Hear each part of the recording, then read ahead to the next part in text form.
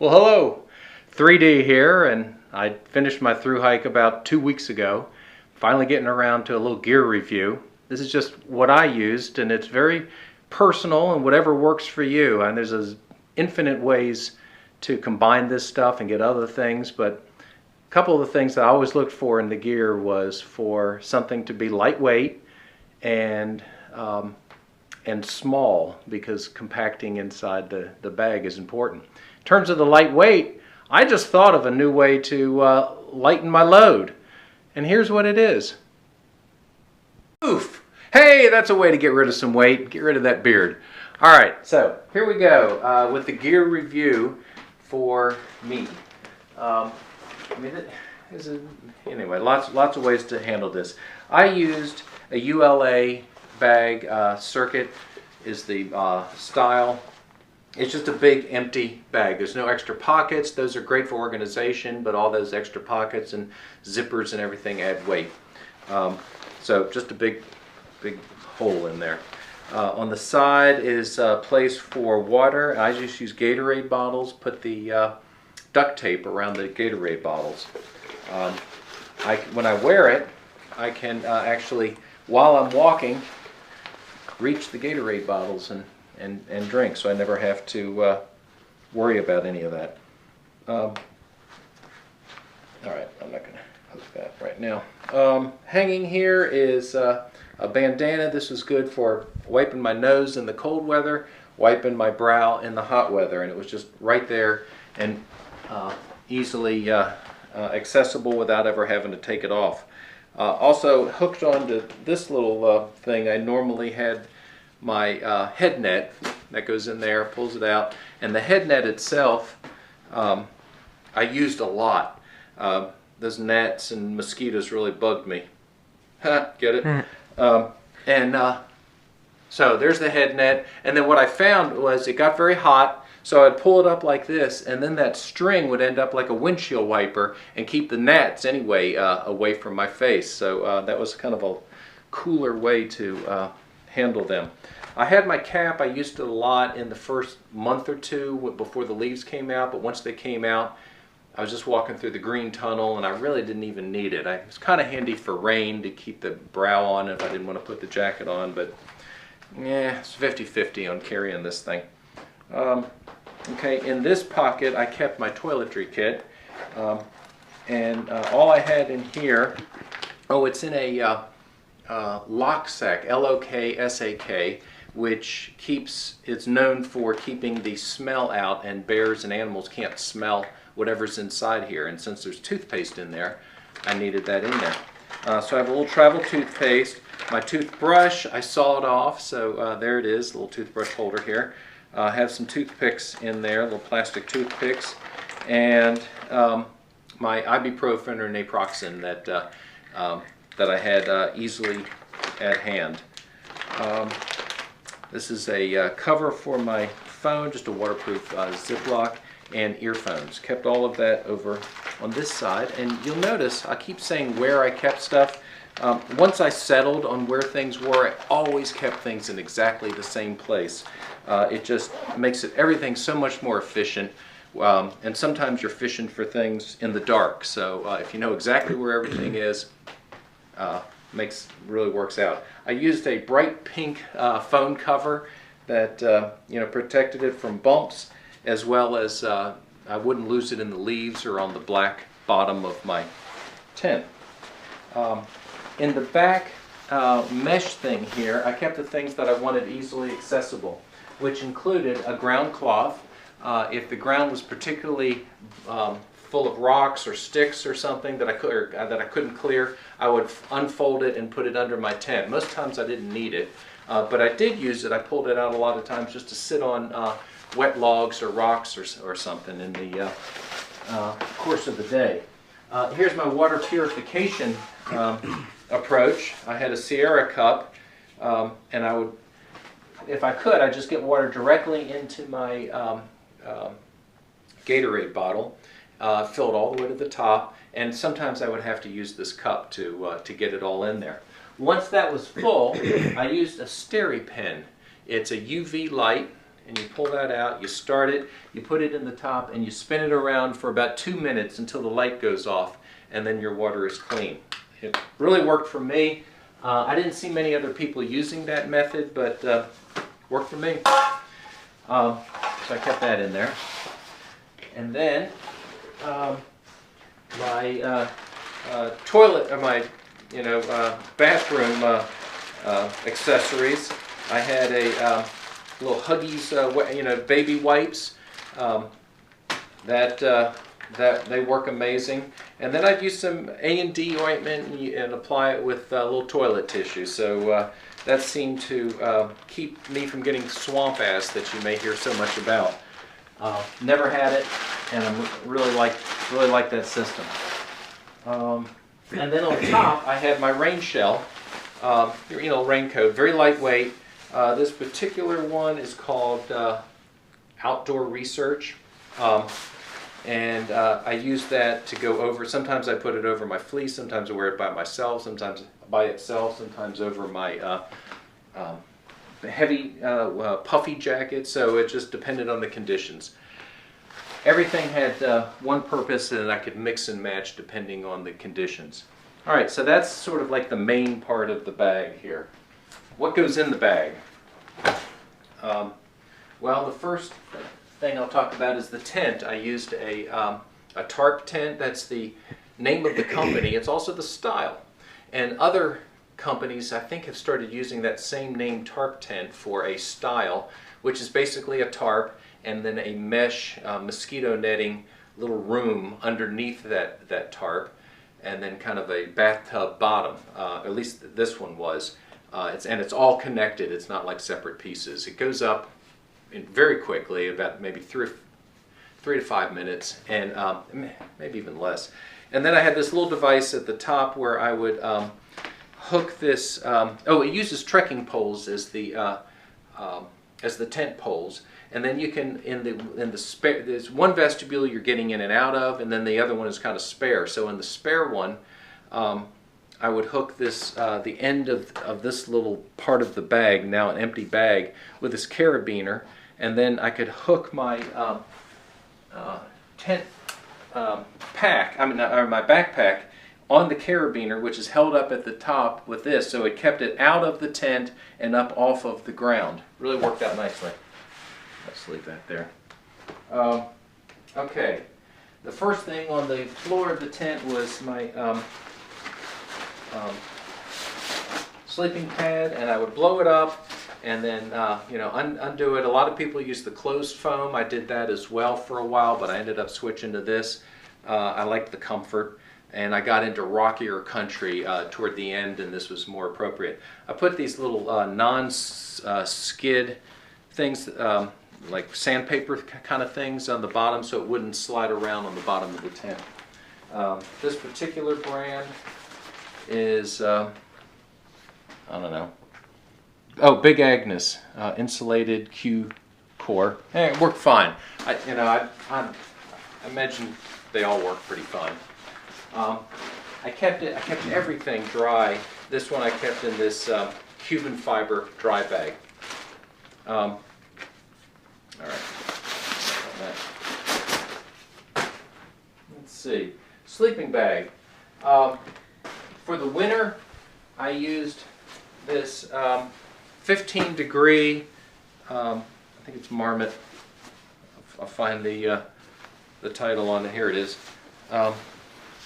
Marmot bag, and it's got the down in this is treated with I can't remember the name of the process, but it's treated with some chemical that makes it pretty water resistant. So I never really got it wet, but it was nice to have that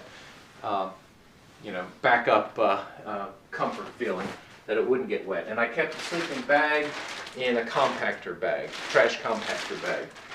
My summer bag, it was actually a summer quilt that I used, and I changed it out in Parisburg to go from winter to summer, and then in Hanover to go from winter back to summer again. And this, I used a Thermarest Alpine, and that's a 35 degree quilt. You just pull it over you, that. I used a sleeping bag liner when I used my winter bag, and that's good because you put your sweaty body into this at night and then crawl into the bag, and then when you get into town you can wash this and your bag stays clean. I did not use this on my summer quilt when I'm just laying on my pad, my sleeping pad. This is laying on top of me. It didn't really, I wasn't really like pushing myself into it, and it stayed pretty, it didn't seem to get too soiled. All right, let's see. Now, the clothing. Let's start with what I was wearing. I wore a synthetic shirt that has like some silver thread in it to prevent kind of an odor protection thing. Actually, my daughter got it from me from Lululemon, and I get no royalties on this. The pants were I got from Ex Officio. They're infused with permethrin, and that keeps the ticks off, and they're also light colored, and the ticks don't like light colored, evidently. Cargo pants. Also Ex Officio gives, I got this underwear, and I've got them long so that I didn't chafe, and I never had any chafing problems. I had a belt here that is the kind that doesn't have the little holes, it's like for me it was a Boy Scout belt. I don't know, when I was in Boy Scouts we had belts like that. Nice and lightweight. And as I trimmed up during the course of the hike, I was able to cinch that up tighter. I had a little lightweight backpacking wallet that I kept in a Ziploc bag. Also in a Ziploc was my AWOL. I'm talking fast here so that I can just get through all of this stuff and not make it just like really, really long. This was the AWOL guide, and I kept it in my cargo pants pocket right here. I made it nice and easy to get to.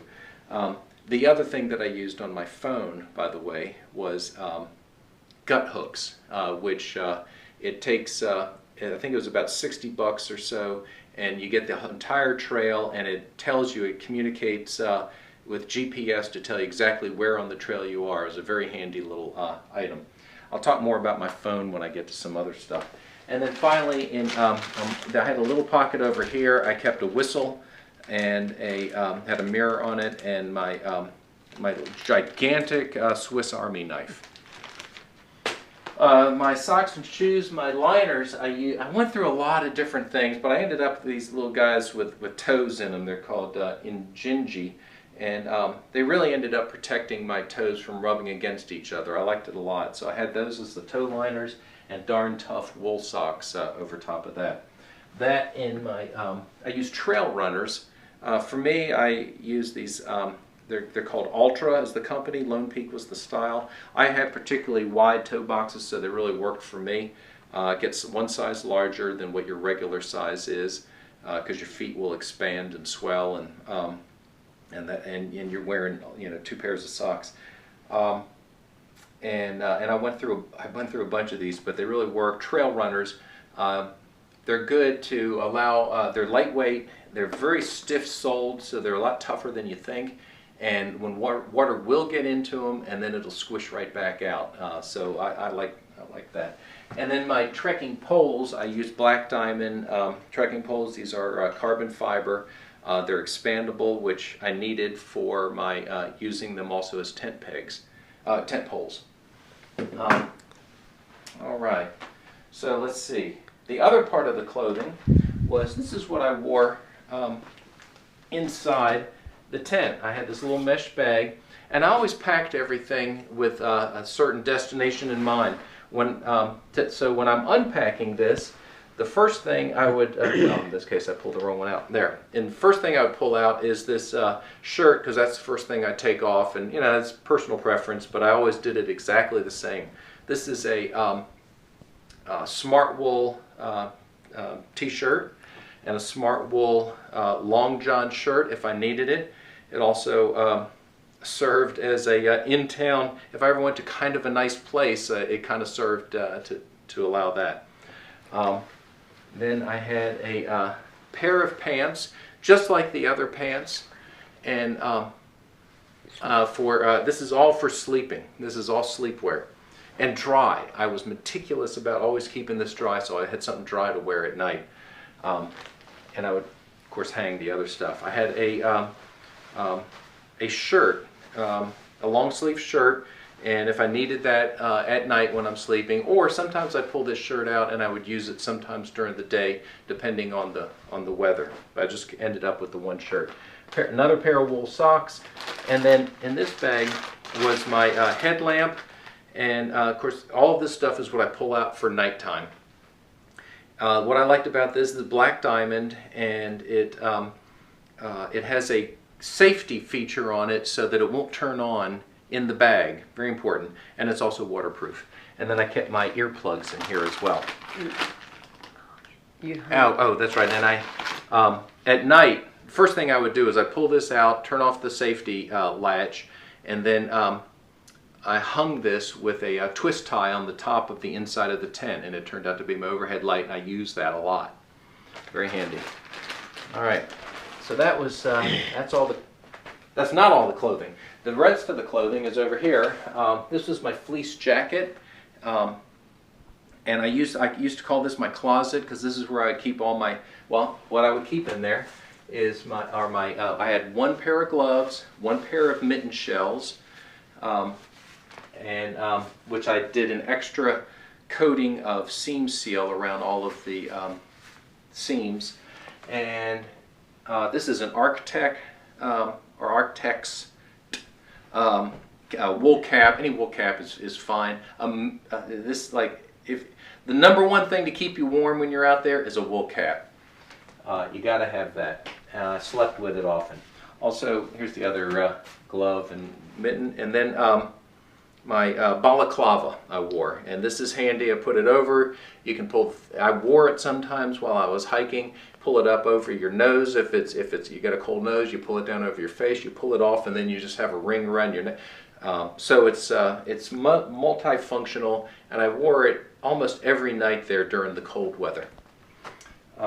That's that. Now they say you pack your fears, and one of my fears was getting cold, so I had this really nice Montbell puffy jacket, and I kept that in a Cuban fiber bag, and it just fit in there real nicely, just like so. And then you lock it up and roll it up like so. All right, the food. Oh, and at the bottom, also in my bag was I used a Nalgene bottle, and I would pee in this in the middle of the night, so I didn't have to get up and tromp around outside. The food I kept in 3 bags essentially. I used these are Cuban fiber bear bags. Inside I would have one of these large lock sacks. I actually had 3 large lock sacks, one for breakfast, one for lunch, one for dinner. And that just kept me organized. This also has the seal on it so that so that bears and animals can't smell it. So that's what I had in there. These bear bags I also had on the few times that I hung them. Here's a little sack with twine inside, 25 foot, so you can fling it up over. When I did do that, I used the PCT method, and you may want to look that up on another YouTube of how to hang a bear bag using the PCT method. So that's where I kept my all of my dinners, but I would every day pull out my lunch that I was going to eat for the day. This I kept packed at the bottom of the bag because it was heavy, but this I stuck at the top of the bag because I needed to get to it there in the middle of the day. It was a little heavy, and it'd be better if it were at the bottom, but for the efficiency I kept it at the top. So I had all my protein bars and things like that in here, access for lunch, trash bag, just a Ziploc, and then my whole first aid kit got smaller and smaller as the hike went on, and I can't even remember what all I started with, but all I ended up with was some poison ivy lotion here. I've got some triple antibiotic, a couple of wet wipes, fingernail clippers, and mostly what I used these for was clipping my toenails You got to keep your toenails small, really trim all the time because they're banging into the front of your shoe. And some Imodium. I have some dental floss in there too. This is Leuko tape, L-E-U-K-O. It's great. It's like medical tape. You have to order it on internet, at least I did. And it stretches in all different directions. It really worked out well. I have some moleskin and some Band-Aids in here, as well as a needle and thread. All right, and that's the extent of it. That was my whole first aid package at the end of all of this. I had a lot more things that I just kept shedding as I went through. All right, what else? And then also I carried this in a dry bag. I had knee braces and an ankle brace. Never needed the ankle brace, thank goodness. This was a pretty heavy load. It was extra external batteries for my phone. The phone I happened to get was an Android with a like longest lasting battery. I got Verizon. That seems to be the preferred service provider along the trail. I had pretty good service compared, relatively. It was very frustrating. You get service on the top, you'd lose it on the bottom. So when you're talking to somebody, you talk on the top, you can't talk on the bottom. Anyway, it was off and on all the time, but Verizon seemed to be the best. So on these external batteries, most people didn't have so much external batteries. For me, I was hiking my hike. I wanted, to have that kind of connectivity. I was kind of proud of this, something to plug into the wall, and this is a charger for my phone, and then I had this little styrofoam with holes in it and duct tape to protect the prongs on that thing. Cool, eh? And then I also had two sets of extra batteries for my Steri pen, and one set of extra batteries for my headlamp. I had a waterproof matches and a lighter in case I need to start a fire, which I never did, and tenacious tape, which I used to repair the bottom of my tent. I used it to repair several things, and it's better than duct tape.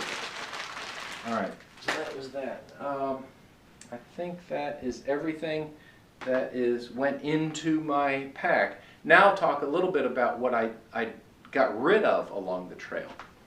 So if you'll step back there. I started off with some Tyvek that was going to be my seating pad, and I realized I can just use my ground cloth, so I didn't need that.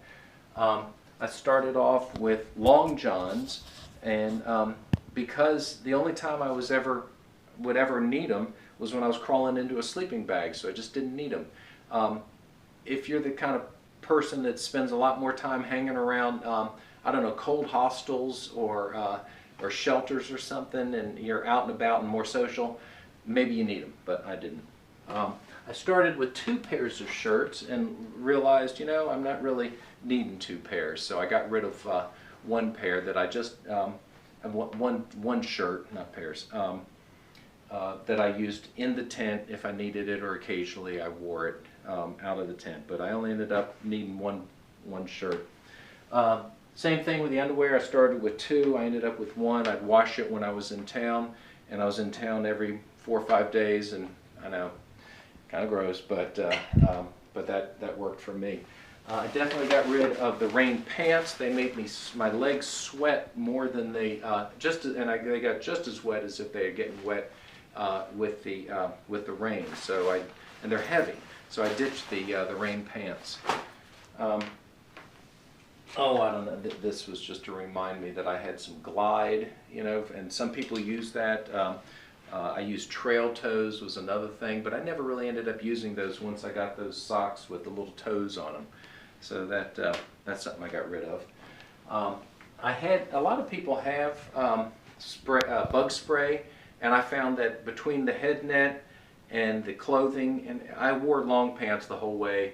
Sometimes I wore the long shirt in the really bad mosquito areas. It was hot, but it kept them off of me. And I just didn't like putting so much DEET on my skin, D-E-E-T.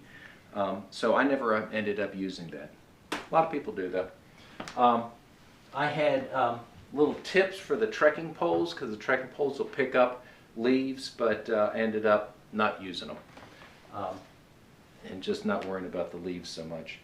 And then I started off with 2 pairs of gloves and didn't really need the second pair, so I got rid of that.